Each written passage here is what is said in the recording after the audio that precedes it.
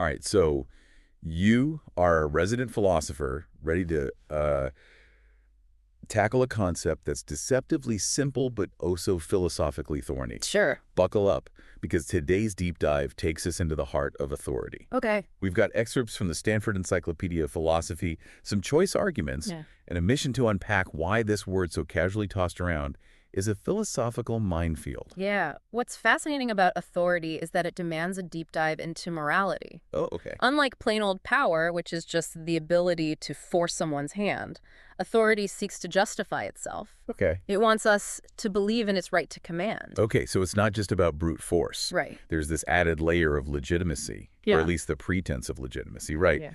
But as a philosopher, I'm already skeptical. Right. Does anyone really have the right to tell me what to do?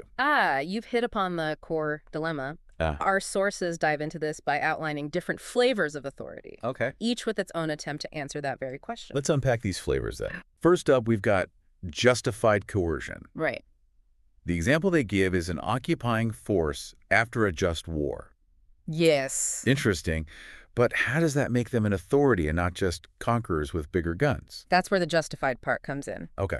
Imagine a scenario where the occupying force is actively preventing further violence, restoring basic services, maybe even setting up a fair legal system. Okay. They're using force, yes, but arguably for the greater good. So even if no one's thrilled about being occupied, Right. there's a sense that their actions, while coercive, are aimed at creating a more stable and just situation. Yes.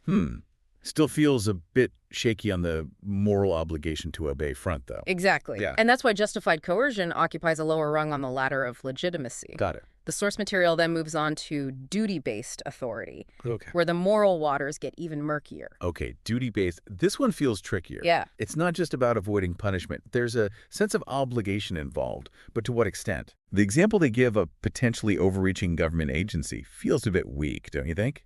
I agree. Yeah. A better illustration might be something closer to home. Right? Imagine you witness a friend commit a crime, maybe something minor. Uh-huh. Do you have a duty to report them, even knowing it could damage your friendship and potentially upend their life? Ooh, now that's a real moral quandary. Yeah. On one hand, loyalty to your friend. Right. On the other, a potential duty to uphold justice, even if it's painful. Yeah. That gets to the heart of duty-based authority, doesn't it? Yeah. It's not blind obedience, but a struggle to balance competing obligations. Precisely. Okay. And it highlights how messy this concept of authority gets when applied to real-life situations. But then our sources present the gold standard, the right to rule type of authority. Yes. Yeah. The ideal scenario where rulers have this inherent moral right to command, Yes. and we, the ruled, have a corresponding moral duty to obey. Right. Sounds lovely, but does that actually exist outside of, like, Plato's Republic? That's the million-dollar question. Yeah.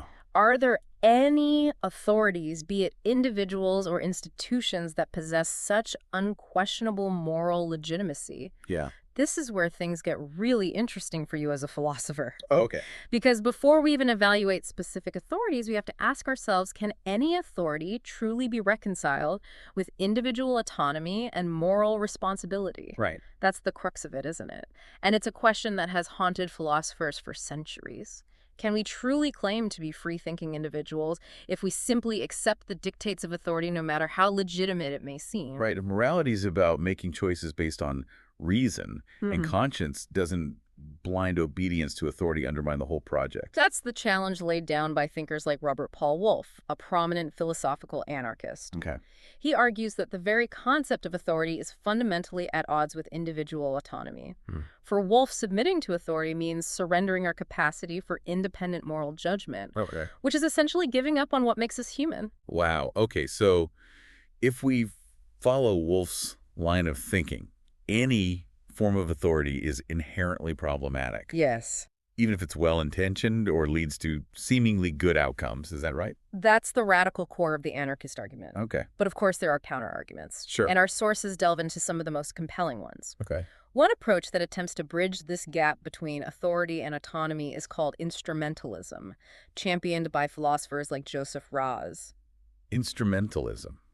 What's the gist of that? Sounds like it might offer a more pragmatic take on authority. Exactly. Instrumentalism shifts the focus from the inherent right to rule to the potential benefits of obeying authority. Okay. The basic idea is that authority can be legitimate if following its dictates actually helps us live a more morally good life than if we're constantly trying to figure everything out on our own.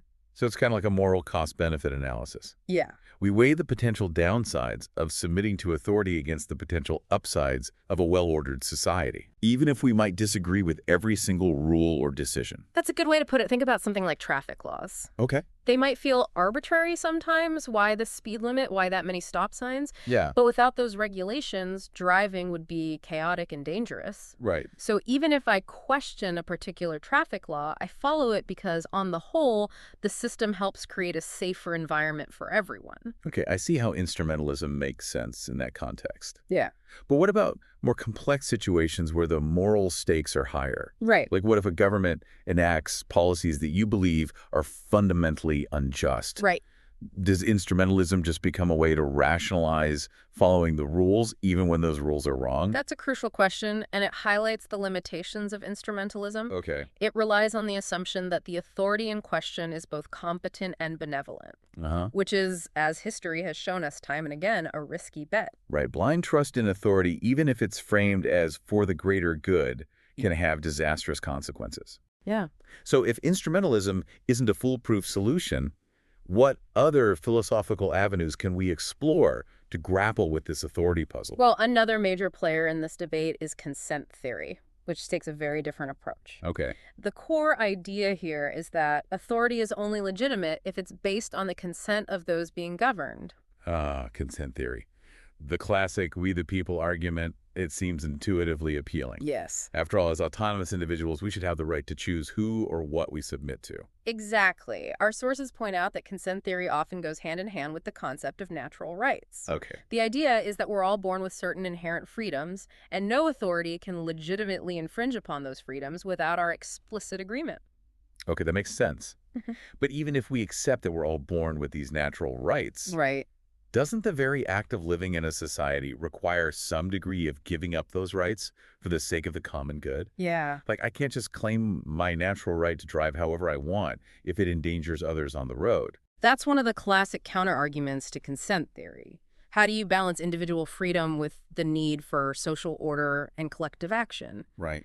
Can a society even function if everyone gets to pick and choose which rules they want to follow based on their own personal interpretation of their natural rights? Good point. And this leads us, I suspect, to the very thorny issue of tacit consent, right? Exactly. The idea that simply by living in a place and benefiting from its systems, we're implicitly consenting to its authority, even if we never formally agreed to anything. Tacit consent is a slippery concept, and even some of history's greatest minds, like David Hume, weren't buying it.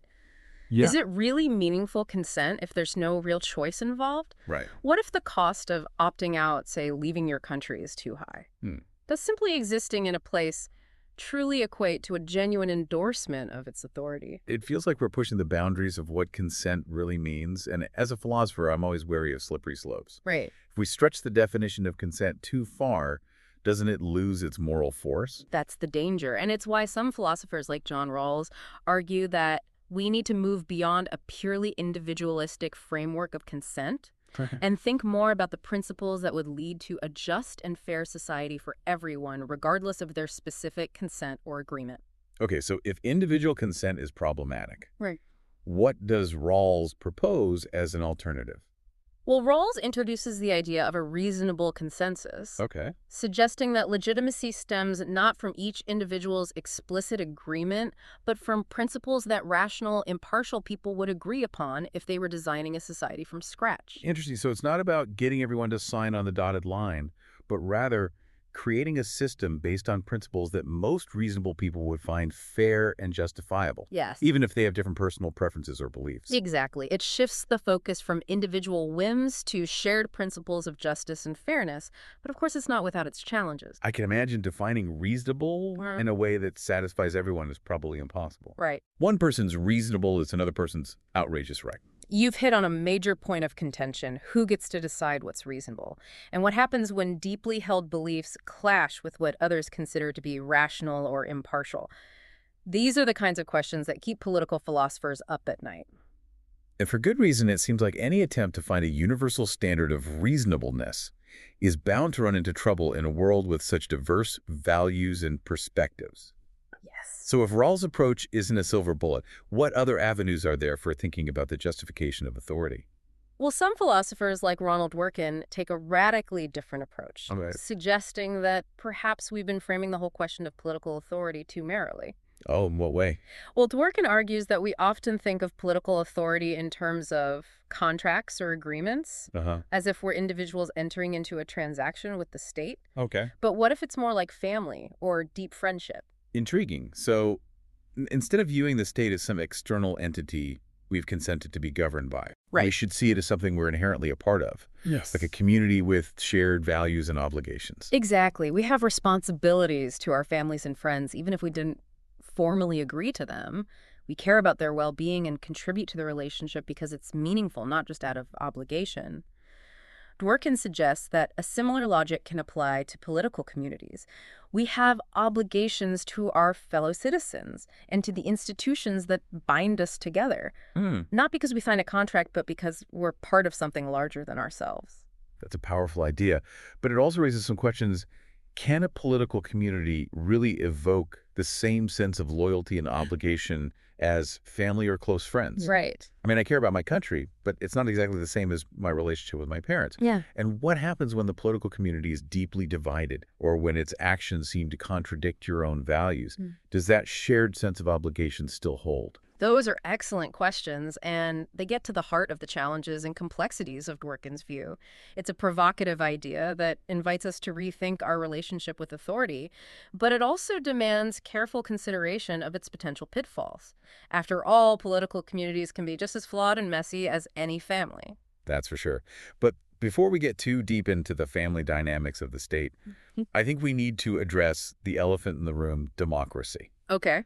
Isn't that supposed to be the ultimate answer to the authority puzzle? Right? The idea that we all have a voice and a vote. So even if we disagree with a particular outcome, we've at least had a say in the process. Yes, democracy. It's often touted as the most legitimate form of government because it aims to distribute power more evenly and give everyone a chance to participate in decision-making. But even democracy is not immune to the complexities of authority. I can imagine, even if the process is fair, the outcome might still be something I strongly disagree with.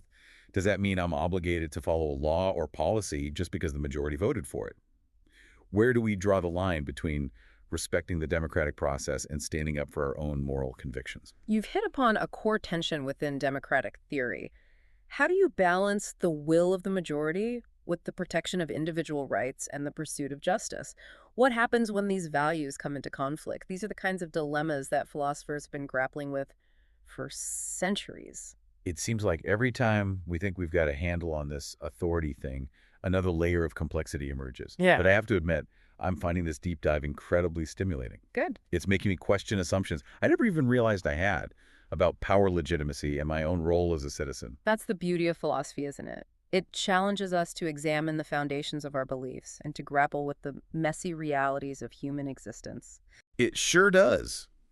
But before we get too carried away with existential pondering, maybe we should start bringing this deep dive in for a landing. Okay. After all, we promised our listeners a shortcut to being well-informed, not a full-blown philosophy degree. Agreed. Let's see if we can distill some key takeaways and leave our philosopher friend with some thought-provoking questions to ponder on their own. All right, so after this whirlwind tour through the philosophical landscape of authority, where do we even begin to make sense of it all? What are the key takeaways for our philosopher in residence, and maybe even for all of us grappling with these questions in our own lives? Well, I think the first takeaway is that authority is far more complex than it might initially appear. Yeah. It's not just about brute force or giving orders. There are layers upon layers of moral and philosophical justification, Okay. and they often come into conflict with each other. Right. We've got this tension between individual freedom and autonomy on one hand, and the need for social order and collective action on the other. Yeah. And there's no easy formula for striking the perfect balance. Exactly what's considered legitimate authority can vary wildly depending on the context, the culture, and the specific values at stake. Okay. And what might seem perfectly reasonable to one person can feel deeply oppressive to another. You know, this deep dive has really made me realize how often I've taken authority for granted. Yeah. I haven't always stopped to question why I should obey a particular rule or follow a certain leader. Right. I think I've often just defaulted to a kind of uncritical acceptance, Yeah. especially when it comes to institutions or figures I generally respect. That's a common human tendency. We're social creatures, and we're often conditioned from a young age to respect authority figures. But philosophy invites us to step back and examine those ingrained assumptions, Right. to ask ourselves, why should I obey?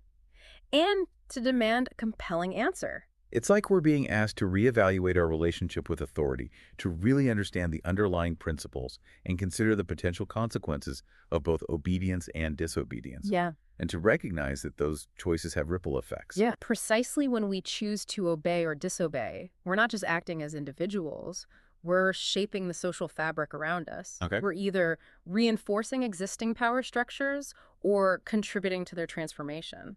That's a powerful realization. It's like we're all part of this ongoing conversation about power legitimacy and the kind of world we want to create. Absolutely. And that conversation is happening at every level, from our personal relationships to global politics. Right. Think about the dynamics within your own family, your workplace, your community. How do you navigate authority in those spaces? When do you choose to comply? When do you push back? And how do those choices shape the dynamics of the relationships? Wow.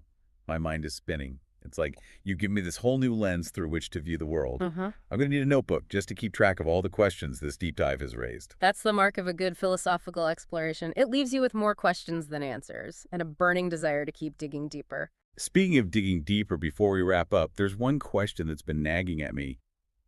We've talked about all these different sources of authority, consent, reason, tradition, democracy, but what about expertise? In a world that's increasingly complex and specialized, does expertise itself become a new form of authority?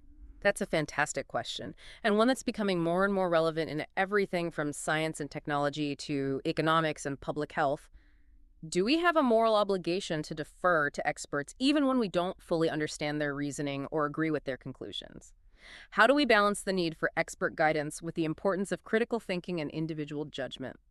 These are questions that I hope you, our philosopher friend, will continue to grapple with. I definitely will. This deep dive has been a real eye-opener, and I'm feeling both inspired and a little overwhelmed by the sheer scope of these questions. That's the beauty and the burden of philosophical inquiry. It expands our horizons, challenges our assumptions, and reminds us that the quest for understanding is a lifelong journey. Well, you've been a fantastic guide on this journey, and I'm incredibly grateful for your insights. It's been my pleasure. And to all our listeners out there, keep questioning, keep exploring, and keep diving deep into the world of ideas. Who knows what fascinating discoveries await?